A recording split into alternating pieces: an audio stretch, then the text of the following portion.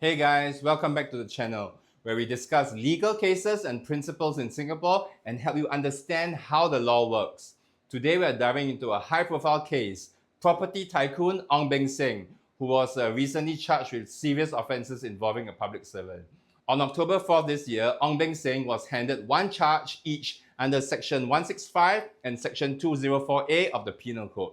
Section 165 relates to a public servant obtaining valuables from a person involved in a proceeding or business with a public servant, while Section 204A pertains to obstructing justice. Singh is accused to have abetted by instigating Iswaran, a public servant, to obtain a valuable thing for no consideration by offering Iswaran a trip to Doha with Ong and making arrangements for it in December 2022. Iswaran allegedly knew Ong Beng Seng was concerned in a business transaction, namely the performance of a facilitation agreement for the Singapore Grand Prix from 2022 to 2028 between the Singapore Grand Prix and the Singapore Tourism Board.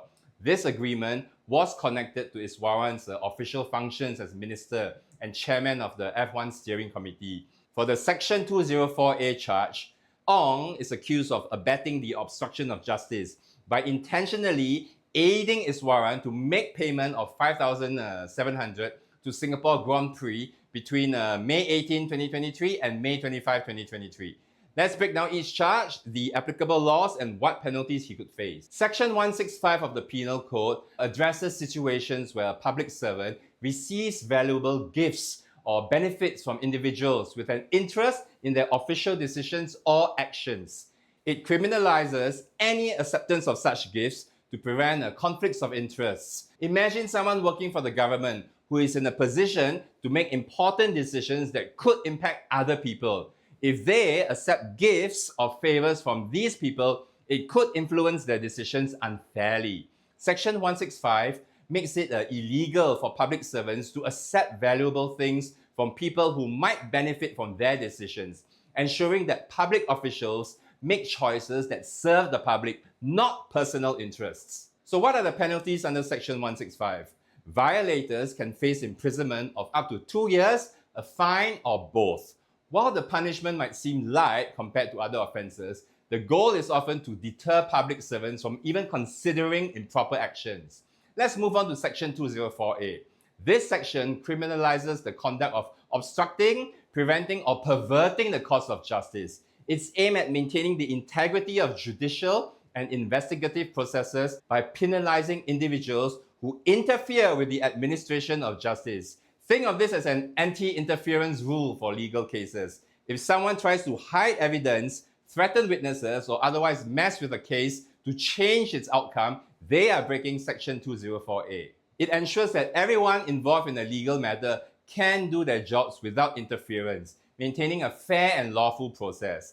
Section 165 and Section 204A play critical roles in maintaining trust in Singapore's institutions.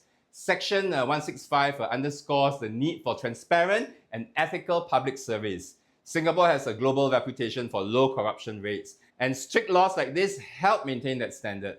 Public servants are entrusted with authority, and any misuse could erode public trust in the government. Section 204A reflects Singapore's firm stance on justice. By punishing those who interfere with legal proceedings, this law reassures citizens that the courts can operate without undue influence, a cornerstone of Singapore's commitment to fairness and transparency. Together, these two sections illustrate the balance Singapore strives to maintain between ethical governance and a robust, impartial legal system.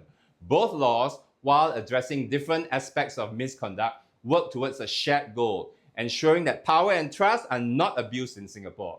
In addition to criminal penalties, there could also be civil consequences. For example, a conviction could impact Ong Beng Seng's reputation, business dealings, and even shareholder confidence in his companies. Such cases often carry a weight of public perception that can extend beyond just legal penalties. Given the profile of this case, it raises questions about corporate governance and the role of personal influence in business dealings.